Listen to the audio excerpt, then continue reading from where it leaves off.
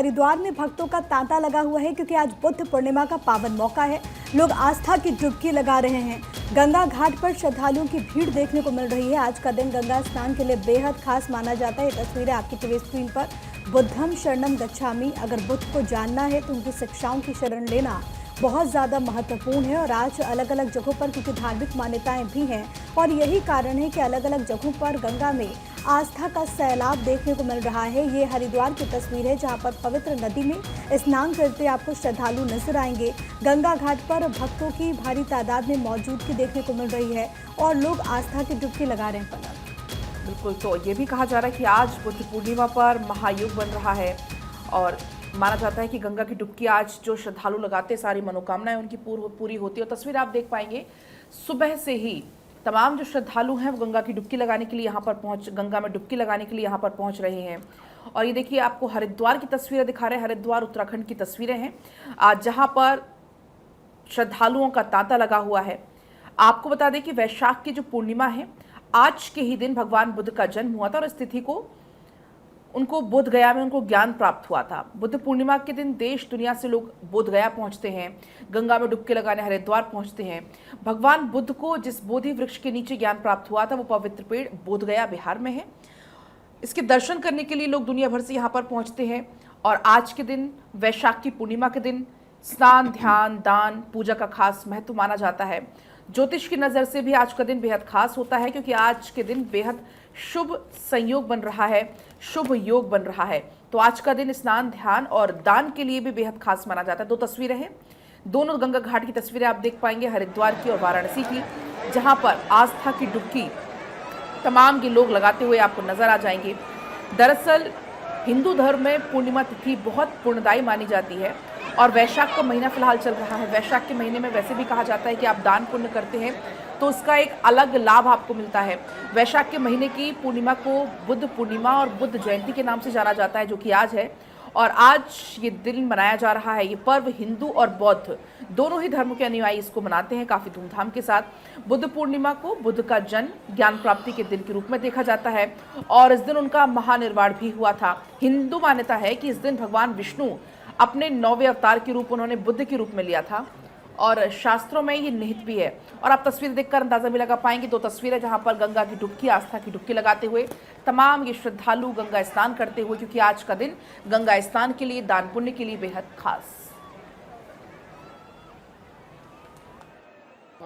आज पूर्णिमा था, वैशाख का पूर्णिमा था। आज गंगा नहाने आए थे और इनका आज अच्छा दिन था। साल भर का एक बार पुण्य प्रताप हम लोग को मिलता है। बच्चे परिवार सुख शांति मिलती है, उन लोग को खुशहाली मिलती है।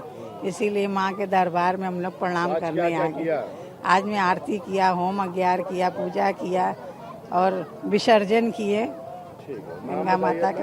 आज वैशाख की पूर्णिमा है और आज के दिन प्रयागराज में प्रयाग शहर के लोग और गांव के भी लोग आते हैं, कुछ बाहर के भी आते हैं, संगम में स्नान करते हैं, भगवान की पूजा पाठ करते हैं। और वैशाख पूर्णिमा का ये महत्व है कि 12 वर्ष जो नहीं नहाया है 12 महीने तक, उसका जो फल है हर पूर्णमासी का यहाँ नहा के मिल जाता है। तो इसके साथ साथ उनके पितरों की आत्मा शांत होती है, जहाँ होते उन्हें सुख मिलता है और परिवार में मंगल कार्य होता है। ये सब होता है। और उसके साथ साथ आज बुद्ध पूर्णिमा भी है। और इस बीच एक बड़ी खबर मिल रही है। आगरा लखनऊ एक्सप्रेस वे पर हुआ है दर्दनाक हादसा।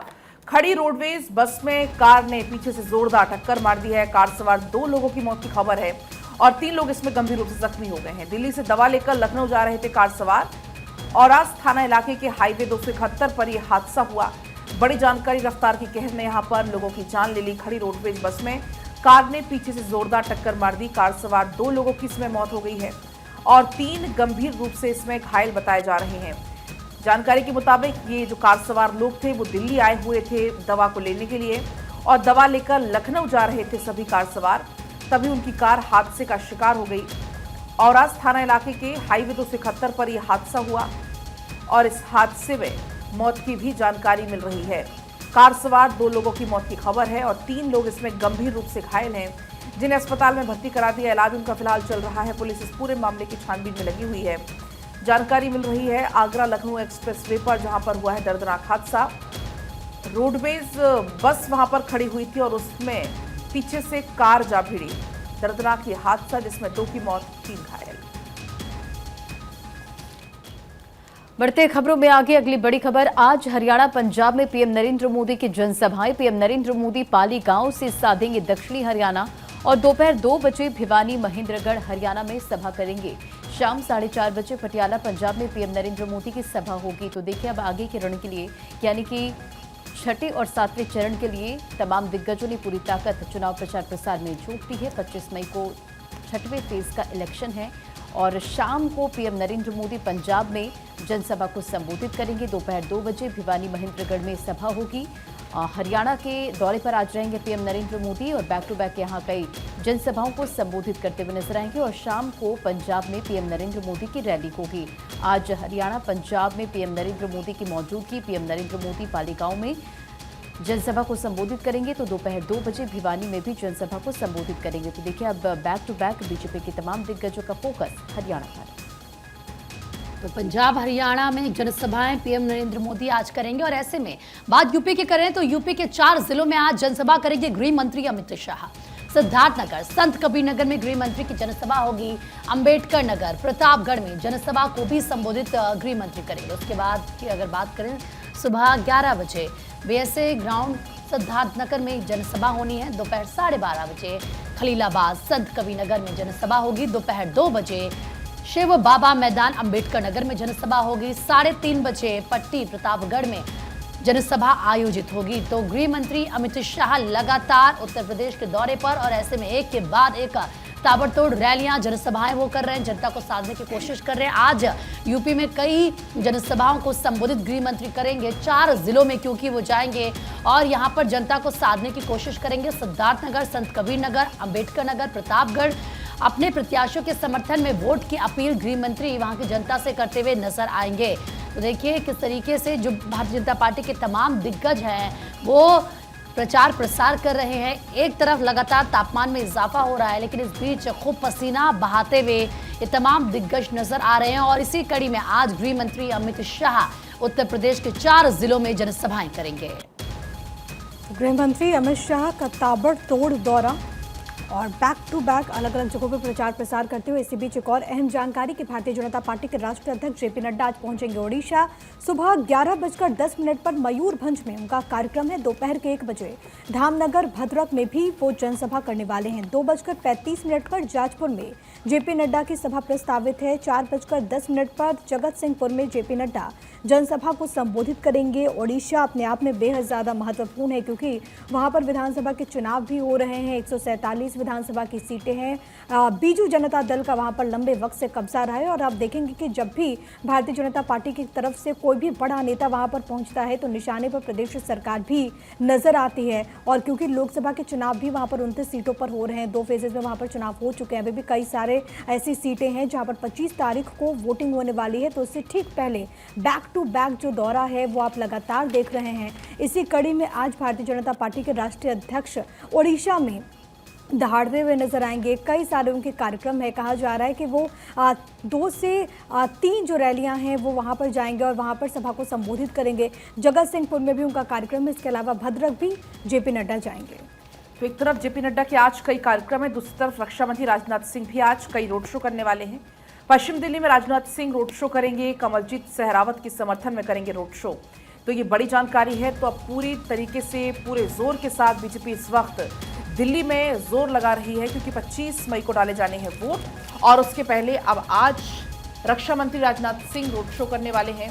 बीते दिनों हमने देखा जेपी नड्डा, अमित शाह, खुद प्रधानमंत्री मोदी वो दिल्ली में रोड शो करते हुए नजर आए, बीजेपी प्रत्याशी के पक्ष में वोट की अपील करते हुए वो नजर आए।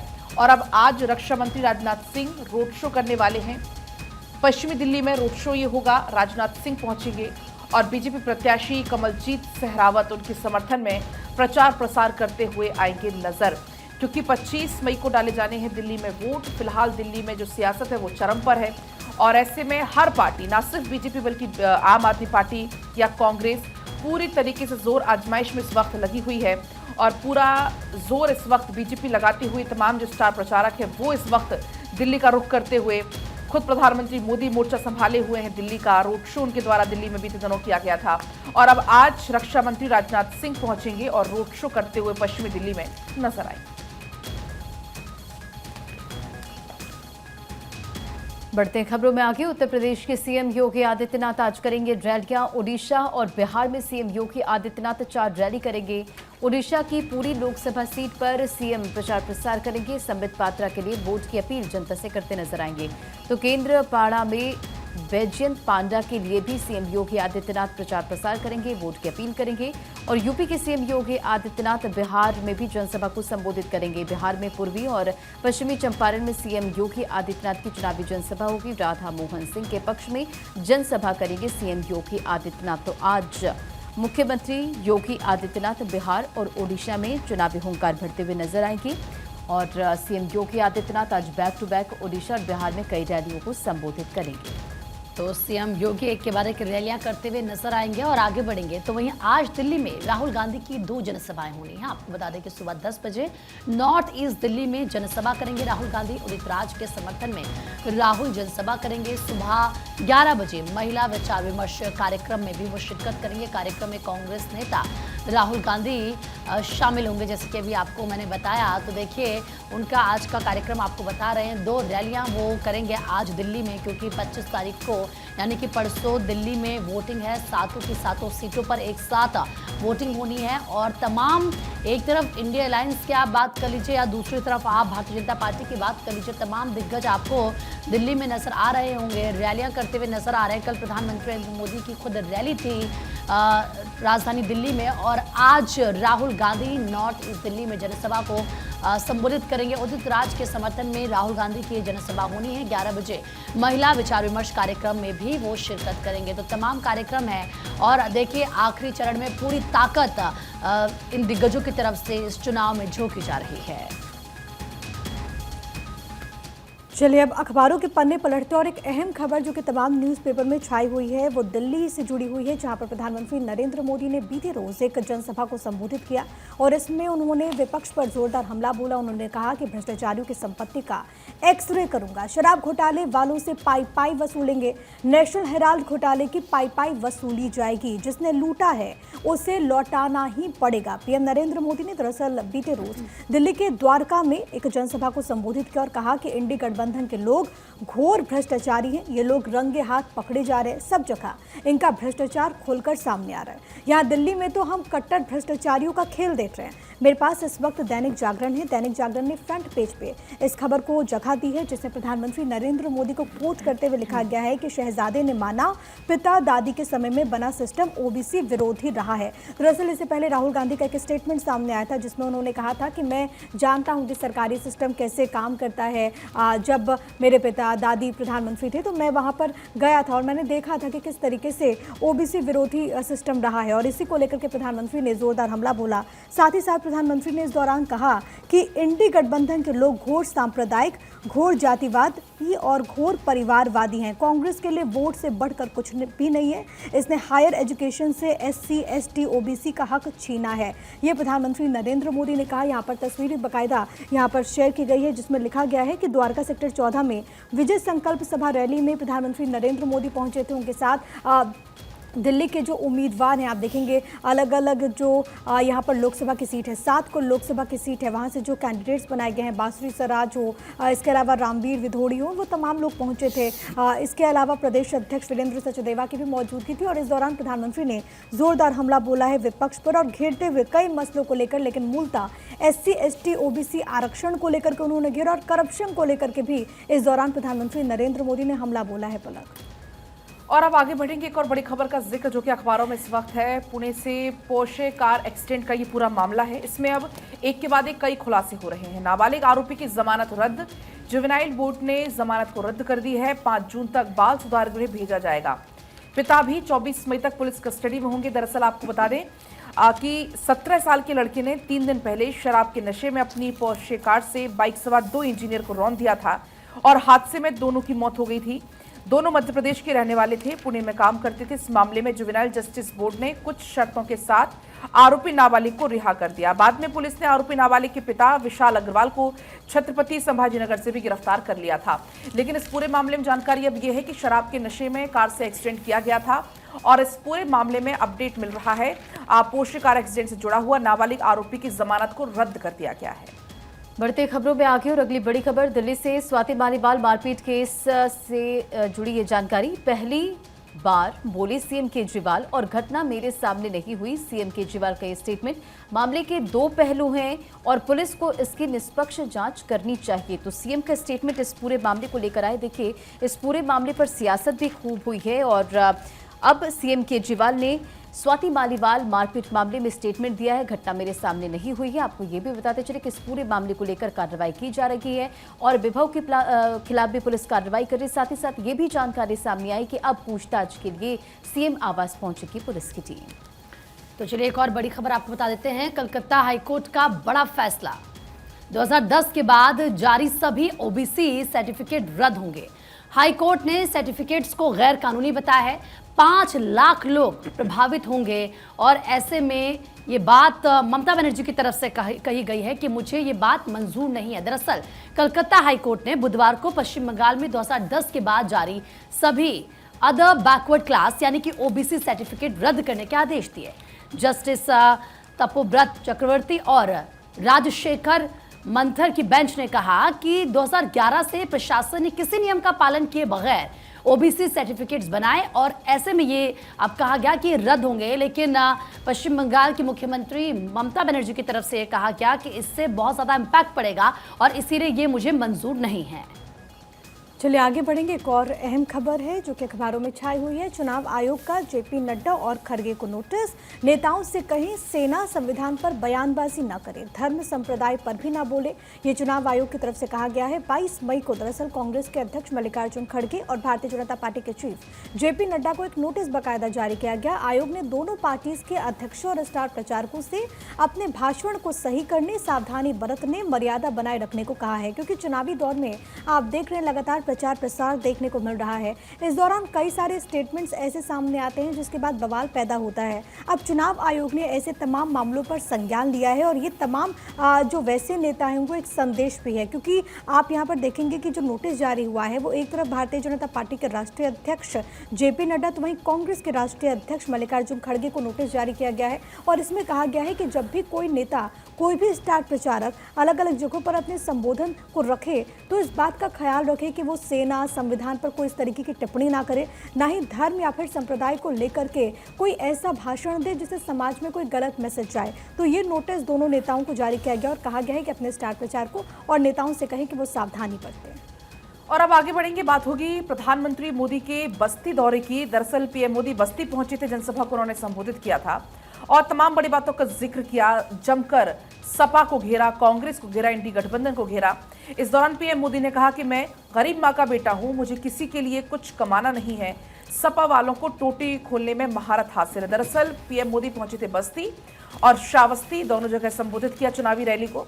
प्रधानमंत्री मोदी ने श्रावस्ती में कहा कि मैं गरीब माँ का बेटा हूं, किसी शाही खानदान का मैं नहीं हूं, मुझे किसी के लिए कुछ नहीं कमाना। सपा और कांग्रेस वाले आपके घर से पानी की टोटी खोलकर ले जाएंगे, इसमें उनको महारत हासिल है। प्रधानमंत्री मोदी ने ये बड़ी बातें वहां पर कही। तमाम और बड़ी बातों का जिक्र पीएम मोदी ने कहा। उन्होंने कहा कि कल मैं एक वीडियो देख रहा था जिसमें कुछ लोग मंच पर भाग भाग कर चढ़ रहे थे। जब मैंने पूछा ये हुड़दंग क्यों चल रहा है तो बताया गया कि सपा कांग्रेस वाले रैली में लोगों को लाने के लिए कॉन्ट्रैक्ट देते हैं, प्रति व्यक्ति पैसे देते हैं, लेकिन इन्होंने पैसा नहीं दिया तो लोग भागकर मंच पर चढ़ गए। क्योंकि आपको याद होगा बीते दिनों एक तस्वीर आई थी जब अखिलेश यादव उस रैली को संबोधित कर रहे थे और जमकर हुड़दंग उस रैली में हुआ था, तो उस रैली पर निशाना साधते हुए प्रधानमंत्री मोदी नजर आए।